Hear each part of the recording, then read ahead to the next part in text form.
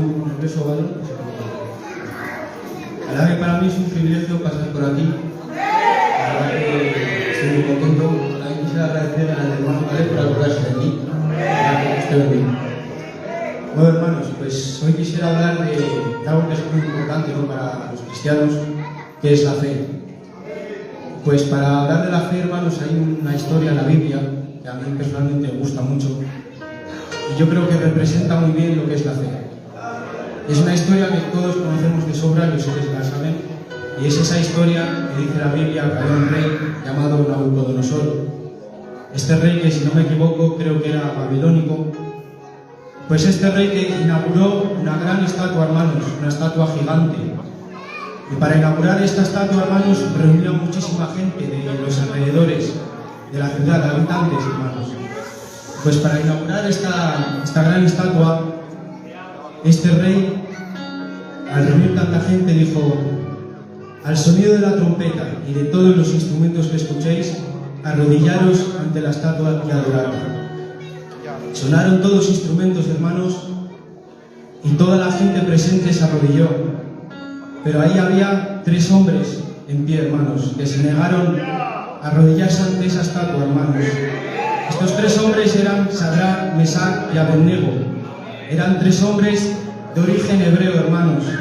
Estos hombres tenían tanta fe en Dios, hermanos, que sabían que aunque se vayan al horno de fuego, hermanos, una manera de morir tan horrible y tan espantosa, hermanos, ellos sabían que Dios les iba a sacar del horno de fuego, hermanos.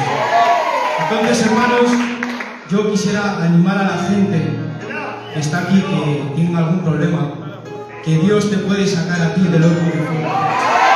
Yo sé, hermano, que puedes estar pasando por un momento de tu vida difícil, estás pasando por un horno de fuego, tienes problemas en casa, tienes alguna depresión, hay enfermedad en tu casa.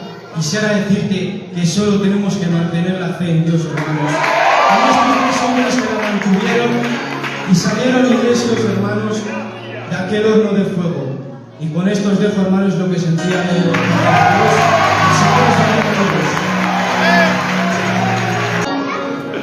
¿Cuántos está bendiciendo el Señor pueden levantar su mano y gritar un potente y vivo gloria a Dios? Y a su nombre, y a esa gloria. La gloria sea para Dios. Antes de empezar, quisiera darle las gracias al hermano Caleb por permitirme el lujo y el privilegio de poder dirigirme hacia ustedes. Para no ser descanso, quisiera hacerles un resumen de lo que Jesús sufre desde que está en el Getsemaní hasta que llega al Gólgota. Y cuando llega al Gólgota, quisiera hablarles de cómo Jesús, a través de su muerte, satisfació el amor y la justicia de Dios. Así que todo el que tenga Biblia me acompaña al libro de los Salmos, al Evangelio de Lucas. Del libro de los Salmos leemos el capítulo 85, versículo 10, y dice así: la misericordia y la verdad se encontraron, la justicia y la paz se besaron. Ahora vamos al libro de Lucas, capítulo 18, versículos 31 al 33, y dice así: tomando Jesús a los 12 les dijo: he aquí subimos a Jerusalén y se cumplirán todas las cosas escritas por los profetas acerca del Hijo del Hombre. Pues será entregado a los gentiles y será escarnecido, afrentado y escupido. Y después que le hayan azotado, le matarán, mas al tercer día resucitará. Que Dios bendiga su santa y divina palabra. Podemos ver, hermanos, cómo Jesús anuncia a los discípulos las cosas que van a acontecer. Primero dice que se cumplirán todas las cosas escritas por los profetas acerca del Hijo del Hombre. Segundo, que será entregado a los gentiles y será escarnecido, escupido y azotado. Y tercero, que le matarán, mas al tercer día resucitará. Podemos ver, hermanos, cómo Jesús en el Getsemaní llegó a experimentar tanto dolor que su sudor era como grandes gotas de sangre. Después, como todos saben, Judas le vende por 30 monedas de plata y allí es arrestado y llevado ante el concilio. Y allí le escupieron, le pegaron y le arrancaron la barba a tirones. Después de esto es llevado ante Pilato y tras ser juzgado por Pilato le azotaron y le pusieron una corona de espinas. Después de esto Jesús cargó con una cruz de 75 kilos durante 1200 metros. Y ahora Jesús llega al Gólgota. Y aquí es donde quería llegar. Acompáñenme, por favor, al principio de la caída de la humanidad, a cuando Adán y Eva pecan. Y es que justo en el momento que pecan, surge un problema en el corazón de Dios. Como todos sabéis, Dios es amor y es justicia. Pues bien, a causa de la caída del hombre, el amor y la justicia tuvieron un conflicto en el corazón de Dios. Pero a pesar de nuestra caída, el amor del corazón de Dios seguía palpitando con el mismo amor y la misma fuerza que antes de la caída. Pero había un conflicto. Dios también es justicia y la justicia no puede ser quebrantada aunque Dios nos ame. La justicia significa dar a cada cual lo que le corresponde, pues siendo toda la humanidad culpables, su justicia demandaba juicio y castigo. Era tan grande el problema que Dios tenía, por un lado no podía tratarnos con nuestra culpa ya que Él es santo y justo, pero por otro lado no quería perdernos de ninguna de las maneras, pues su gran amor le hacía sentir la necesidad de recuperarnos. Su amor deseaba salir del corazón de Dios para abrazar al hombre, pero le retenía su justicia, y su justicia quería salir del corazón de Dios para hacer el juicio merecido sobre el culpable, pero le retenía su amor. Y ahora surge una pregunta: ¿cómo complacemos el amor y la justicia a la vez? Que es que Dios, hallándonos culpables, tuvo que dar el veredicto que su justicia demandaba. ¿Y cuál era nuestro destino? La muerte y el infierno, porque la paga del pecado es muerte. Pero aunque su justicia demandaba juicio sobre los culpables, el Cordero de Dios, su infinito amor demandaba misericordia para ellos. Así que Dios, el juez de los cielos, después de dar su veredicto, se despojó de aquella gloria celestial y se hizo hombre, y estando en la condición de hombre, se quitó la toga de juez, y dejando desnudas sus espaldas, nos quitó del lugar del castigo a los hombres culpables para poder servir como nuestro sustituto.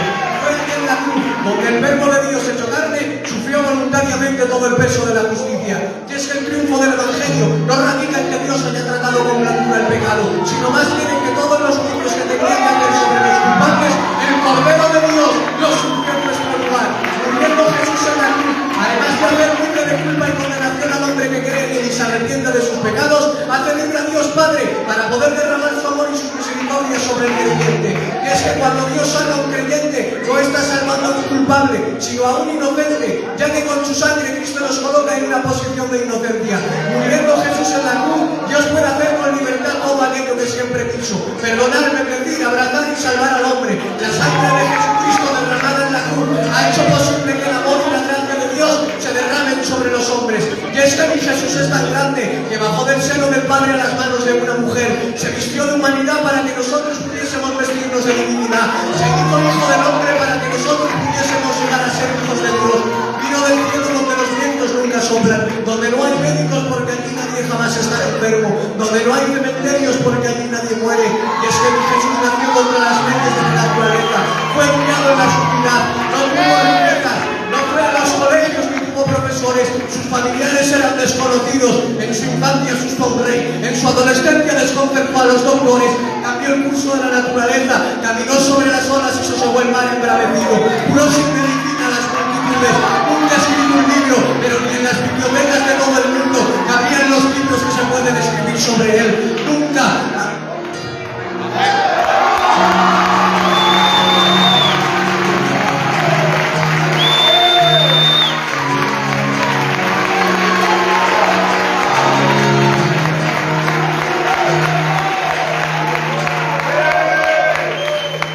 Compuso un cántico, pero su persona ha servido de tema de inspiración para más cánticos que todos los compositores juntos. Nunca fundó una escuela, pero ni entre todas las escuelas juntas podrían presumir de tener tantos estudiantes como él tiene. Nunca estudió la medicina, pero ha curado más corazones quebrantados que cuerpos quebrantados y no han podido curar los médicos.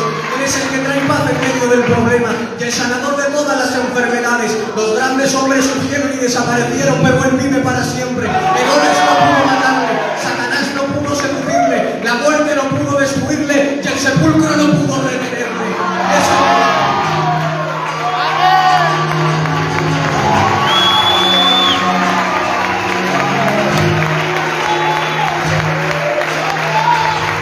Era rico, pero por nosotros se hizo pobre. Durmió en un pesebre ajeno, cruzó el lago en una barca ajena. Todos han fallado, pero él nunca. Él es el alfa y la omega, el principio y el fin, el primero y el último, el señalado entre y el fin. Todo en él es codiciable. Y para terminar quisiera dejarles con dos textos de la palabra para recordarles que Cristo vive y que pronto estaremos con él en el reino de los cielos con nuestros seres queridos.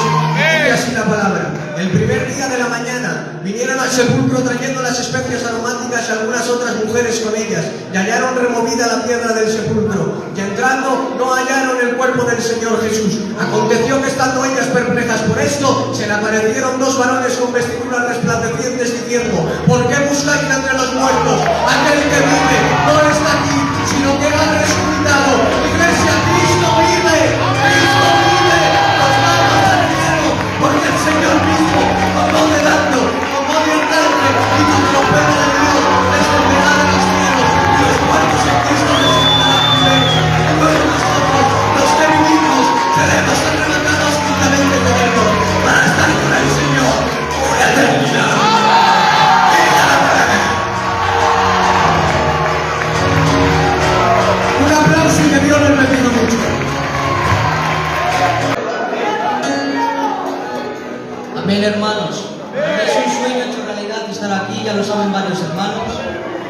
las gracias al hermano Caleb, mi locutor, por darme el privilegio y cumplir mi sueño desde que vine, de estar aquí y de compartirles una palabra, hermanos.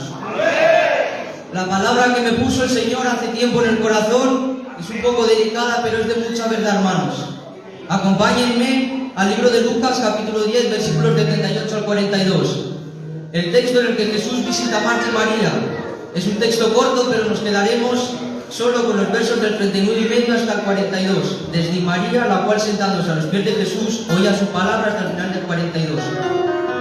Les quiero hacer una pregunta desde el mayor espíritu y cariño. ¿En qué lugar está Dios en nuestra vida? ¿Está el primero? ¿Está el segundo? Y lo más importante, ¿está Dios en nuestra vida? La palabra que me puso el Señor hace tiempo fue: ¿qué lugar tenemos para Él en su vida? En nuestra vida, perdón. Marta estaba muy ocupada con las cosas de la casa, pero al estar ocupada no se dio cuenta de lo que era verdaderamente importante, que tenía la misma presencia de Dios en su casa. Si tenemos la presencia de Dios en nuestra casa y en nuestra vida, es directamente por su misericordia y su gloria. No es ni por nuestros méritos, ni por nuestros logros y medallas, ni porque seamos mejor que los demás en algo. Solo es por su gracia, hermanos. Pero perdónenme, hermanos, pero ¿cuántas veces hemos podido estar ratos en la intimidad con Dios y no hemos querido? Porque nos ha apetecido más estar con el móvil, hermanos, estar con la tele o directamente, con perdón, hermanos, no hacer nada. ¿Cuántas veces hemos tenido tiempo? Pero lo que me quebrantaba, hermanos, cuando se lo conté al hermano Caleb, es cuando mismamente Dios nos está mirando cómo estamos apartándonos de Él. En cada segundo, hermanos. Seguramente te ha pasado en algún momento que dejas tu Biblia de lado, que va cogiendo polvo y polvo en un rincón sin que te des de cuenta, hermanos. Y muchas veces nos podemos alejar de Dios por mil motivos. Por una enfermedad, hermanos, por una pérdida, por pecados, hermanos. Yo he elegido algunos que los vamos a desarrollar cortamente. El primer apartado es primeramente oraciones no respondidas. Muchas veces queremos respuestas ya, según a nuestra voluntad, según a nuestra gana. Pero nunca, hermanos, Dios va a responder a nuestro tiempo, va a responder a su tiempo y a su voluntad, hermanos. Muchas veces recibimos silencio de parte de Dios y pensamos que es un castigo. Y muchas veces pensamos que Dios, con ideas absurdas como que Dios no tiene nada con nosotros, o que Dios no va a hacer nada conmigo. Pero déjame, hermano, decirte que Dios tiene el mismo propósito para cada hijo suyo. Orar sin cesar, dice 1 Tesalonicenses 5:17. Segundo apartado, puede que se nos disminuya el hambre por Dios. Esto puede sonar raro, iglesia. Hasta muchos predicadores, hermanos, que llevan mucha vida en el cristianismo pueden perder el hambre por Dios. Podemos ser como el dicho, escoba nueva que barre bien. Hay varios escenarios posibles. Podemos ser como este dicho que he dicho. Es decir, podemos iniciar el camino con mucha fe, con mucho entusiasmo, pero que por mil motivos, a la larga, a los días, a los meses, a los años, podemos perder este hambre, hermanos. En el segundo caso, podemos pensar que ya sabemos mucho sobre la Biblia. Pasan las décadas, pasan los años y pensamos que ya sabemos mucho. Pero déjame decirte que en una vida eterna, ni en muchos años de vida, nunca vamos a saberlo todo sobre Cristo.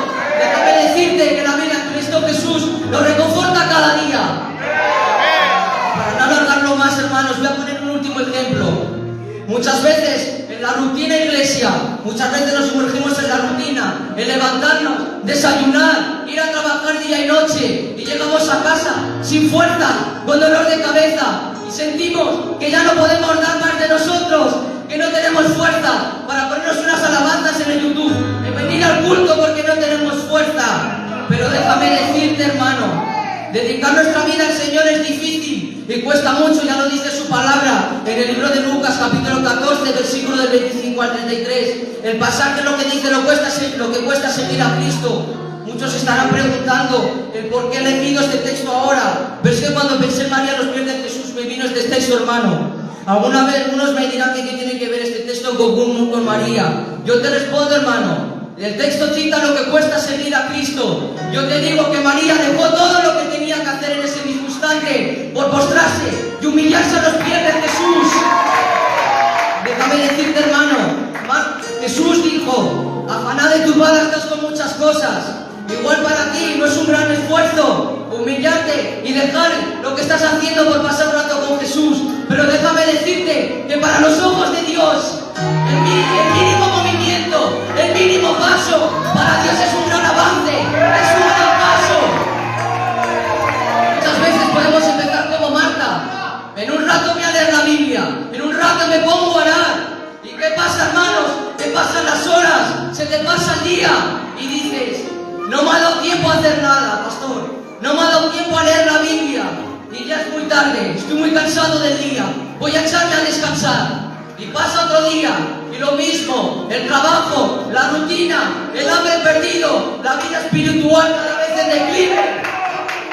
Y sientes como cada vez esas cargas que se te acumulan en la espalda, esos dolores que te entran, cada vez aumentan más. Y sientes como tu vida espiritual cada vez va menos. Muchas veces lo malo nos va a atormentar como ahora. Estás muy cansado, échate a descansar un rato. Ahora no es el mejor momento. Mañana tendrás más tiempo que es tu día libre. Ahora mejor ponte a ver la tele, que no va a pasar nada. ¿Qué va a pasar si solo 5 minutos? Y al final acaban siendo 5 horas. Seguramente, ahora después de este tiempo que llevamos, probablemente te estarás preguntando, ¿qué tiene que ver el texto que me ha citado ahora con el del principio? Yo te respondo, hermano. Cuando Dios me lo puso en mi corazón, me dio a entender que muchas veces hay momentos en los que es verdad que no nos da tiempo venir al culto. Pero déjame decirte algo, puede ser porque hay alguien mal en tu casa, porque te ha surgido un imprevisto, por un contratiempo. Pero sí que es verdad que muchas veces hemos tenido que pasar tiempo con Dios, porque es verdad que en el culto se pasan momentos de gloria y de bendición. Pero el que está diariamente encerrado en su cuarto, con la puerta cerrada, sabe la bendición, la gloria y el poder de Dios que se manifiesta en tu vida, en tu corazón. Yo te voy a responder, hermano, desde mi persona. Yo cuando me pongo en mi cuarto de rodillas, cuando cierro mi cuarto, aun estando después cansado del instituto, de los recaos, siento como cuando me pongo de rodillas y me quebranto. Y pasan las horas y sigo con las mismas alabanzas. Pasan las horas y siento como Dios me habla. Pasan las horas.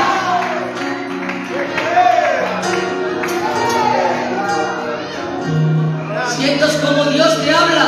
Cuando pasan las alabanzas, pasan las horas y sigues, y sigues, y sigues y te quebrantas. Y sigue la misma presencia de Dios que cuando cerraste tu puerta. Porque déjame decirte algo, que Dios no es limitado. Déjame decirte que cuando Dios, tú le amas en espíritu y en verdad, Dios siempre va a estar de tu lado. Por eso, la presencia de Dios a tu lado está. Por eso Jesús le dice a Marta, afanada y turbada estás con muchas cosas, pero déjame decirte que cuando tú miras a Jesús, su amor te invade, pasan las horas y sigues, y no te importa ni el lugar, ni el momento, ni que estés rodeado de gente. Tú te arrodillas en tu cuarto. Señor, te doy gracias, Padre Santo, por estos momentos en tu presencia, por estos momentos de gloria. Déjame decirte, hermano, algo, que cuando la presencia de Dios te invade, esos problemas no te voy a decir que desaparecen, pero que sí que se apartan de ti. Esos momentos de dolor, de llanto, ahora empezaste a llorar por tu presencia, empezaste a llorar por dolor, pero déjame decirte que cuando pasan las horas en tu presencia, ya no lloras por llanto ni por tristeza, estás llorando por gozo, porque Dios se está manifestando en ti. Por eso, déjame decirte algo. ¿Se acuerdan del pasaje en el que Dios le dice a Lázaro, ven fuera? Y más tarde dice, desatadle y dejarle ir. Así Dios te está diciendo en esta tarde que salgas de ese alejamiento que te hizo distante de Él. Hoy Dios te está diciendo, vuelve, vuelve, vuelve. Sácate de todas esas ideas que te están diciendo, ahora no es el mejor momento.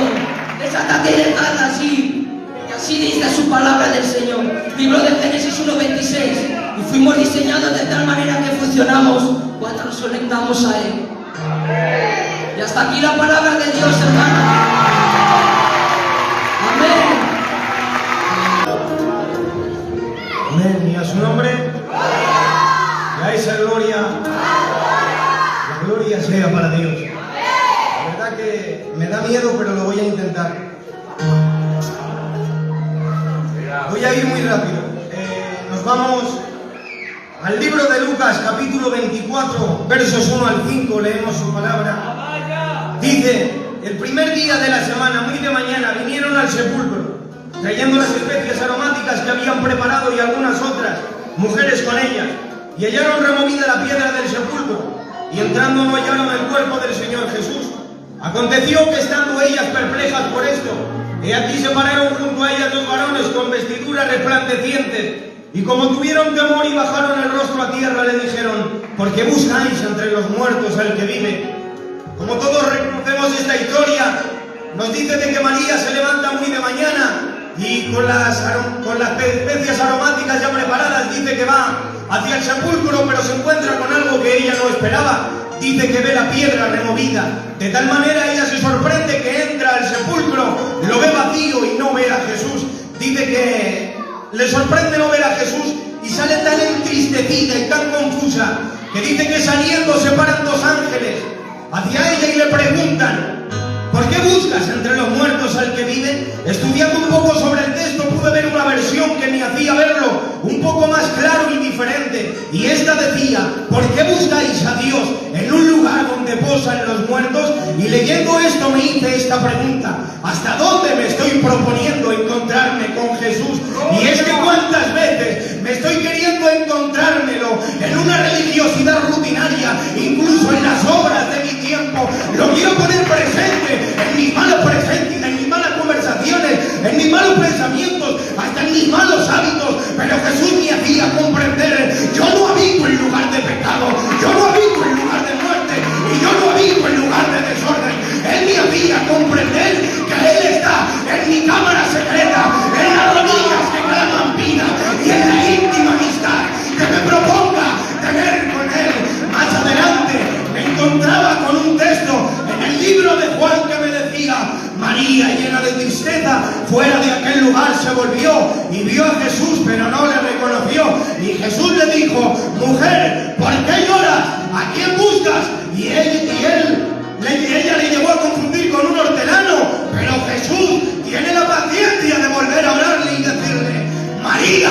Entonces ella se vuelve y entonces le reconoce, y cuando le reconoce tiene una expresión y le dice: Raboni, que quiere decir maestro. María estaba tan desesperada y frustrada en su sí que le confunde con un hortelano, pero Jesús le vuelve a dar una segunda oportunidad y le dice: María. Y entonces, llamándole por su nombre, le sorprendió y pudo reconocer que era el amado. De tal manera le sorprende que voy a Mateo y me dice: se postró, abrazó sus pies y los besaba. Y aquí es que hay veces que tomamos tanto la situación en la que está María pensando, que nos cegamos tanto en nuestro propio dolor, que no sabemos lo que pensamos.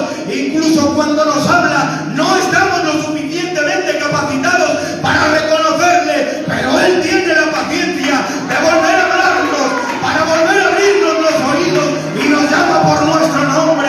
Y es que cuando uno reconoce la voz de Jesús, tiene que poner el entusiasmo de María en el libro de Mateo, cuando dice: me abracé a sus pies, le besaba y le abrazaba. ¿Cuántos tienen estas experiencias con Jesús? Y es que es glorioso poder reconocer la voz de mi amado.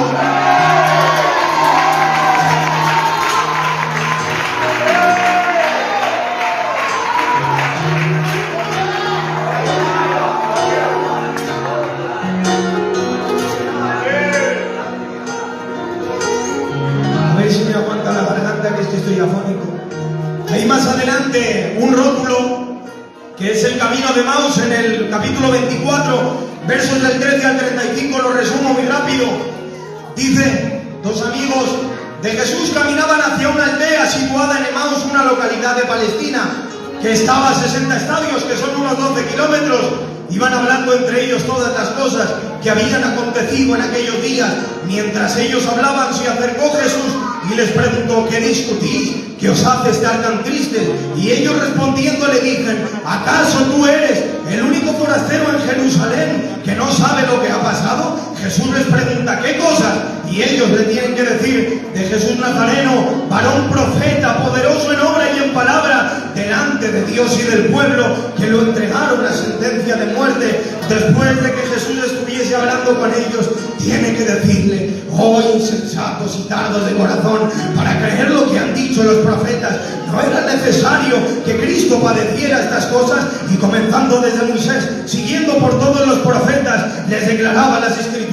Llegando a la aldea, me llama la atención esto: Jesús dice que hizo como que iba más lejos y ellos le obligan a quedarse, diciendo que el día había declinado. Según estudiaba, pude ver que aparentemente no le reconocieron, porque aparte de que no sabían que había resucitado, puede que, como dice el último versículo, el día había declinado, era de noche. Pero voy a lo que me llama la atención, y es que dijo que Jesús se iba más lejos, y es que no hizo un farol, ni intencionadamente se iba a ir, pero no quería forzar ninguna invitación, y es que quería probar su hospitalidad.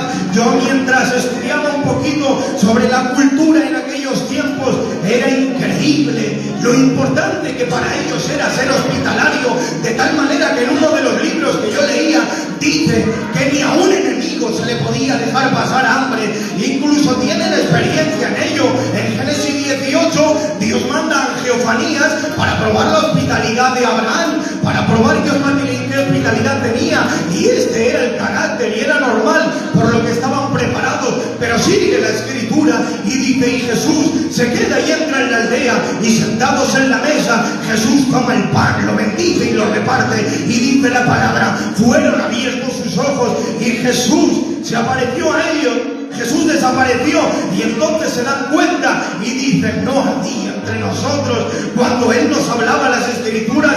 Y aquí me pude dar de cuenta que no era por no haber reconocido las emociones que causaban en ellos las profecías y los misterios que Jesús le hablaba en el camino, sino el remordimiento que ellos tenían era por no haber reconocido la persona de Jesús. Y ellos tienen la reacción de seguir hablando entre ellos y decir: claro, es normal que los sentimientos y las emociones que estábamos experimentando en el camino, 12 kilómetros, hora y media con Jesús, estarían emocionados y llenos de euforia de ver cómo les hablaba las Escrituras, pero ellos seguían ciegos. Y en esta reacción yo me dije: ¡ay, qué pena! Cuando me dejo llevar por mi sentimentalismo, por las emociones eclesiásticas.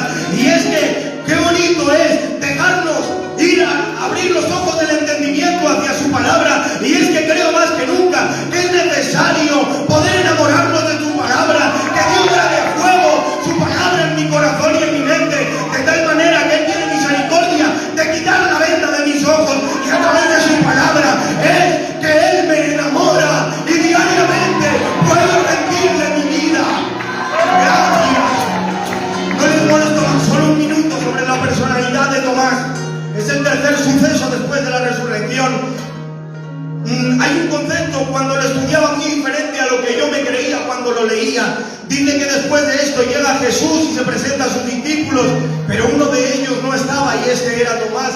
De tal manera que los discípulos dicen que van ante Tomás y le dicen todo lo que había pasado, pero él no se lo cree. De tal manera que él dice: si no veo las señales de sus clavos y meto mi mano en su costado, no lo creeré. Pero estudiando un poco sobre la personalidad de Tomás, pude ver que era una persona triste, solitaria y pesimista, pero también amaba a Jesús, y me lo demuestra en Juan 11:16, cuando le traen a Jesús el mensaje de la muerte de Lázaro, que estando allí Tomás presente, dice: vamos a morir con él. Y él demuestra aquí que tenía fidelidad hacia Jesús, pero cuando crucifican al Señor, entra en un dolor interno y tan profundo que él mismo se martiriza. Incluso cuando le traen las buenas nuevas, no se lo cree y le cuesta, y dice que le es necesario ver para creer. Pero dice que 8 días más tarde aparece por allí Jesús, y conociéndole a Tomás, él le dice: ven aquí, Tomás, mete tu dedo en mi llaga y tu mano en mi costado. Y entonces Tomás le puede decir: Señor mío y Dios mío. Y Jesús le tiene que decir: por cuanto has visto, has creído. Pero bienaventurado aquel que cree sin ver. Y cuántas veces me tomo y soy el pesimista, que aunque me traigan las buenas nuevas, no me puedo creer por el dolor que tengo internamente, la palabra que me traen desde este santo lugar, incluso me pierdo las visitas de Jesús, y es que es necesario abrir nuestros corazones, y Jesús, aunque en su misericordia, nos sigue demostrando su genuina existencia, y para ello, como estos textos, Romanos 5, 8 y 9, mas Dios muestra su amor para con nosotros, en que siendo aún pecadores, Cristo murió por nosotros, pues mucho más, estando ya justificados en su sangre, por él seremos salvados de la ira. Incluso sigue diciendo en Isaías 53:5, mas el herido fue por nuestras rebeliones, morido por nuestros pecados, el castigo de nuestra paz fue sobre él, y por su llaga fuimos nosotros curados. Gracias a su sacrificio, gracias a su muerte, gloria a él, gloria a él, gloria a él. Gracias por su atención. Dios les bendiga mucho. ¿Cuántos pueden decir amén? Y a su nombre, y a esa gloria. Bueno, iglesia, primeramente darle gracias a Dios y al pastor, y como no a mi líder Caleb, por permitirme pasar por este lugar y hablarles de un pasaje donde el Señor, leyendo la Biblia, me hablaba, y espero hacerles bien en esta tarde. Vamos a ir al Evangelio de Marcos, capítulo 6, versículo 14 hasta el 28. Dice: oyó el rey Herodes la fama de Jesús, porque su nombre se había hecho notorio, y dijo: Juan el Bautista resucitado de los muertos, y por eso actúan en él estos poderes. Otros decían: es Elías, otros decían: es un profeta o alguno de los profetas. Al oír esto, Herodes dijo: este es Juan el que yo decapité, que ha resucitado de los muertos. Porque el mismo Herodes había enviado y prendido a Juan, y le había encadenado en la cárcel por causa de Herodías, mujer de Felipe su hermano, pues la había tomado por mujer. Porque Juan le decía a Herodes: no te es lícito tener la mujer de tu hermano. Pero Herodías le acechaba y deseaba matarle, y no podía, porque Herodes temía a Juan, sabiendo que era varón justo y santo, y lo guardaba a salvo. Oyéndole se quedaba muy perplejo, pero lo escuchaba de buena gana. Pero venido un día oportuno en que Herodes, en la fiesta de su cumpleaños, daba una cena a sus príncipes y tribunos y a los principales de Galilea, entrando la hija de Herodías danzó y agradó a Herodes y a los que estaban con él. Y el rey dijo a la muchacha: pídeme lo que quieras y yo te lo daré, y te daré hasta la mitad de mi reino. Y saliendo ella dijo a su madre: ¿qué pediré? Y su madre le dijo: la cabeza de Juan el Bautista. Prontamente vino ella al rey diciendo: quiero que me des la cabeza de Juan el Bautista en un plato. Y el rey se entristeció mucho, pero a causa del juramento y de los que estaban con él, no quiso desecharla. Y el rey, enviando a un guardia, mandó que fuese traída la cabeza de Juan. El guardia fue y le decapitó dentro de la cárcel, y trajo su cabeza en un plato a la muchacha, y la muchacha se la dio a su madre. Amén. Que Dios bendiga su palabra en cada uno de nuestros corazones. Lo primero que quiero hablarles, iglesia, es acerca de este rey, conocido como Herodes Antipas o Herodes el Tetrarca. Gobernaba la región de Galilea y era hijo de Herodes el Grande. Es decir, heredó de su padre este cargo. Pero si vamos más allá, iglesia, podemos ver que este rey, Herodes el Grande, no tenía linaje ni genealogía de rey judío. Y por lo tanto, podemos sacar la conclusión que Herodes Antipas estaba en un lugar donde lo heredó de su padre, pero no le pertenecía estar. Y el Señor me hacía entender, iglesia, que no es lo mismo estar en un lugar por heredad, por tradición y por voluntad humana, que por voluntad de Dios. El Señor me daba un ejemplo y me mostraba la otra cara, como Juan el Bautista, por heredad y por tradición, le venía el cargo de ser sacerdote por su padre Zacarías. Pero dice la Biblia que no buscó el sacerdocio, sino que se fue al desierto a buscar la voluntad de Dios y a prepararle el camino. Y qué bonita, iglesia, que no busquemos la tradición humana, ni lo que quiere el hombre, sino que busquemos la voluntad de Dios. Porque me dejan decirle que es mejor un desierto con Él que un palacio sin Dios. Por eso, iglesia, vamos a recibir y vamos a acatar la voluntad de Dios para nuestras vidas, en el nombre de Jesús. La heredad no nos garantiza tener sangre real. De igual manera podemos ver, iglesia, cómo estar en un lugar donde no tenemos que estar, tener sus consecuencias. Y hoy quiero hablarles acerca de estas consecuencias que sufrió este rey. En el verso 17 vemos que el principal problema está en que tomó a Herodías, la mujer de su hermano, como esposa. Y entonces Juan denunciando su pecado, le dijo: no te es lícito tener la mujer de tu hermano. Y iglesia, Herodías dice que procuraba matarlo. Y aquí Herodías me da una lección y me recuerda a los escribas y fariseos, que cuando les denunciaba su pecado y les decían lo que estaba haciendo mal, en vez de provocar en ellos un arrepentimiento y un volverse a Dios, al revés, procuraba odio y buscaba la manera de matar a Jesús. Pero quiera Dios en esta iglesia, Padre, que nosotros no busquemos odio ni matar a la gente que nos quiere soltar, sino que nos arrepintamos y que volvamos a Dios en el nombre de Jesús. Amén, que el Señor nos haga humildes. Seguimos leyendo, iglesia, y dice que Herodías no podía matarlo porque Herodes le temía y sabía que era justo y santo, por eso le guardaba salvo. Y aquí vemos cómo Herodes tenía la decisión de hacer lo que quisiera. Tenía tres opciones. La primera era arrepentirse y alejarse de su pecado. La segunda era matarlo y la tercera era encarcelarlo. Y qué pena, iglesia, que tomó esta decisión. Estar con el pecado no le permitía arrepentirse, pero llegar a matarlo le daba miedo. Y entonces tomó algo intermedio, encarcelarlo. Y qué pena, iglesia, cuando se nos hace muy fuerte dejar el pecado, pero tampoco queremos matar la voz de la santidad. Y decidimos encarcelarlo, haciendo caso a Herodías, haciendo caso al diablo. Porque cuando el diablo consigue encarcelarnos y dentro de esa cárcel encadenarnos, podemos aparentar ser cristianos, podemos aparentar una vida cristiana, viniendo a los cultos, acudiendo de 7 a 8, pero teniendo la voz de la santidad encadenada dentro de nuestra propia cárcel. Y que Dios nos ayude a no encadenar, a no encadenar la voz de la santidad, sino a recibirla en el nombre de Jesús. No desechó la voz que le denunciaba su pecado, pero sí la limitó. Que Dios nos ayude, iglesia, a no limitar la voz de Dios en nuestras vidas. Satanás procura engañar, ocultando la voz y encarcelándola, pero nosotros tenemos la decisión. Dice en el verso 21: pero venido un día oportuno en su cumpleaños, por un pequeño descuido, por ver a una niña danzar, desencadenó en cortar la cabeza a Juan en la misma cárcel. Y pues podemos ver, iglesia, que cuando el diablo consigue encadenar la voz de la santidad, al fin y al cabo, en un mínimo descuido, en un mínimo detalle, nos lleva a decapitar nuestra vida espiritual. Yo hoy quiero decir, iglesia, que Dios nos ayude a no dar lugar al diablo, en el nombre de Jesús.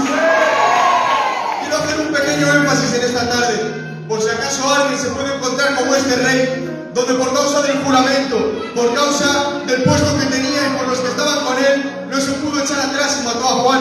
Pero dice la Biblia que se entristeció mucho. Y en esta tarde, si alguna persona se siente triste porque le ha fallado a Dios y puede ver su vida espiritual decapitada, déjame decirte, todavía estás a tiempo. Ahora es tiempo de volverse a Dios. Dice la Biblia, el que cree en él, aunque esté muerto, vivirá. Por eso acerquémonos confiadamente ante el trono de la gracia para hallar fe para el oportuno socorro, en el nombre de Jesús.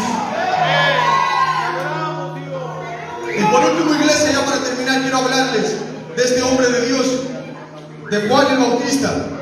La Biblia nos habla acerca de su testimonio. Herodes le tenía por varón justo y el pueblo le tenía por profeta. Y por el testimonio y la vida que llevó, dice que Herodes oyó la fama de Jesús y lo que él hacía, y dijo que era Juan el Bautista resucitado. Y en esta tarde, iglesia, tengo que decir que en nuestro caminar, en nuestro vivir, en nuestra forma de hablar, en nuestra forma de pensar, que no nos vean a nosotros, que vean a Jesús resucitado. Que no vean al viejo hombre, que vean el poder del Espíritu Santo, como obra en nuestras vidas, en el nombre de Jesús. Y ya para acabar, iglesia, tengo que dar gracias a Dios, porque la iglesia no es como Herodes, la iglesia no es como Herodías, tampoco es como la hija de Herodías. La iglesia es como Juan el Bautista, una iglesia con testimonio, una iglesia que busca la santidad, una iglesia que va en contra del pecado, sin importar lo que pueda hacer el rey de este mundo. Hoy puedo decir, iglesia, que nos podrán atar, nos podrán encarcelar, nos podrán encerrar, incluso llegar a matar como Juan el Bautista, pero jamás podrán callar nuestra voz, porque iglesia, la iglesia es la luz del mundo, la sal de la tierra, la iglesia es santa, pura y sin mancha, columna y baluarte de la verdad.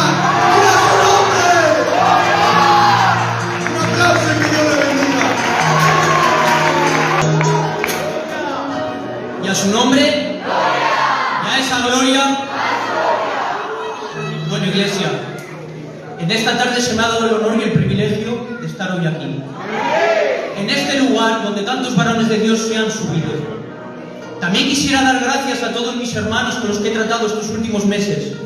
Gracias a ellos me he podido sentir uno más en esta maravillosa familia en Cristo. Por lo que hoy puedo decir orgulloso que yo y mi casa pertenecemos a la Iglesia del Monte.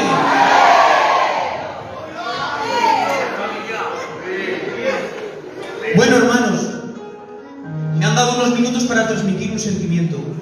¿Qué es lo que quiero hacer con la ayuda de Dios? Quisiera ponerme en el lugar de cuando los problemas vienen golpeando nuestras vidas.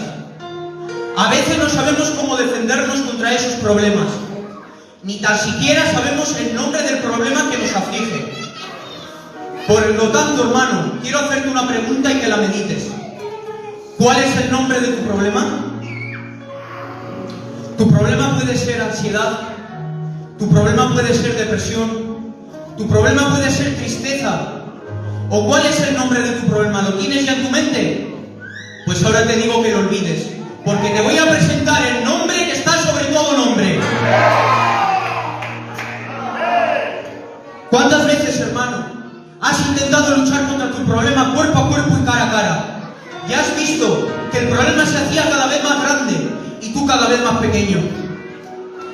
Pero, hermano, ¿quieres que te dé la mejor estrategia de batalla? Ponte de rodillas y pide ayuda, porque esto no va con nuestras fuerzas, sino va con las de Él.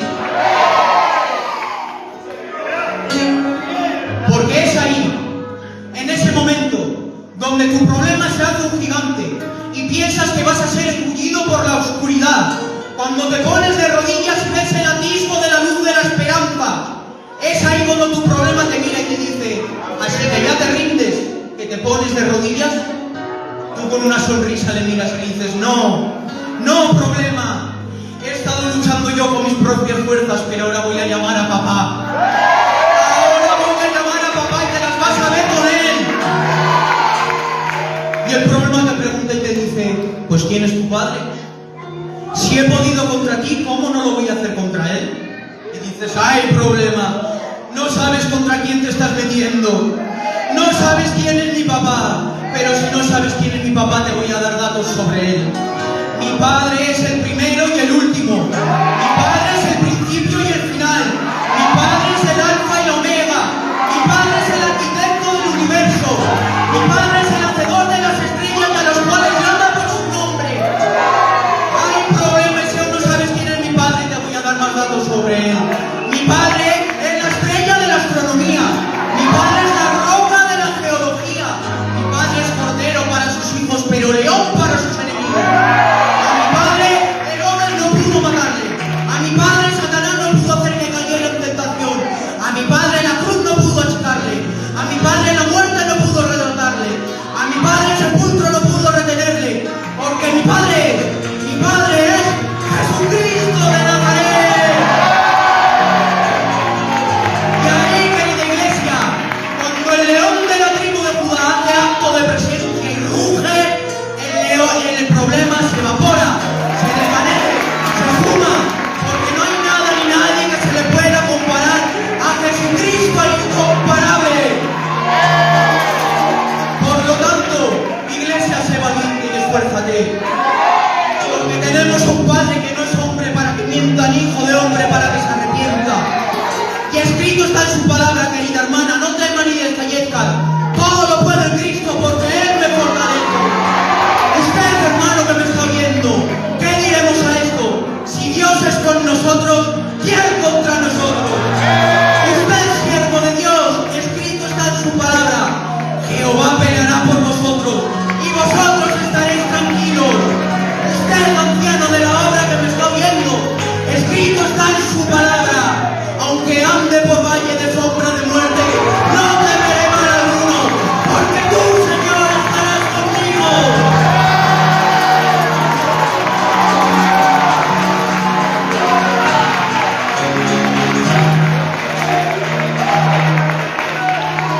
Pero, hermano, es ahí cuando veo la gracia y el amor de Jesús. Y me siento un pecador miserable que no sirve para nada.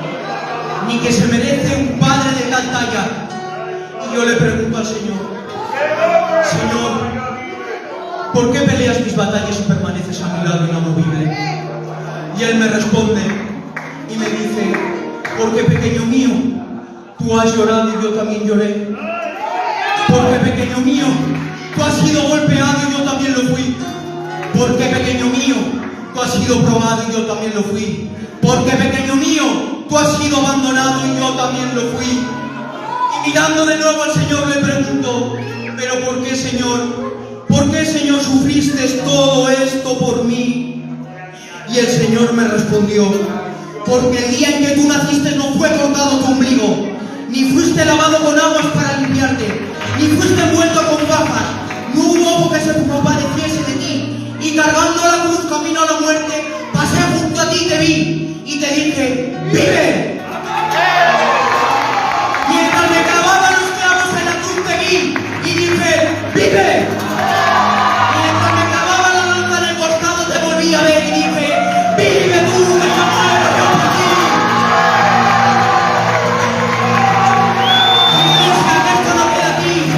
Él fue levantado de los muertos y volvió a pasar junto a ti. Y yo que he aquí que tu tiempo era tiempo de amores. Por eso envió al amigo fiel y verdadero, al Espíritu Santo, para que te enseñaría para Él. Por lo cual, estoy seguro que ni la muerte, ni la vida, ni ángeles, ni principados, ni potestades, ni lo presente, ni lo porvenir, ni lo alto, ni lo profundo, ni ninguna otra cosa creada te podrá separar de mi amor. Porque Él es mi hijo mío, tú eres mío. Por lo cual, iglesia, si Él se encarnó, abandonó su manto de gloria y se puso en dandín de siervo por ti, sé tú capaz de abandonar los placeres momentáneos del mundo por Él. Por lo tanto, querida hermana, si Él murió por ti, sé capaz de vivir tú por Él todos los días de tu vida. Por lo tanto, querido hermano, si Él es capaz de mediar y abogar para con el Padre por ti, sé tú capaz de gritar a los cuatro vientos y a todos los rincones de la tierra que Jesucristo vive.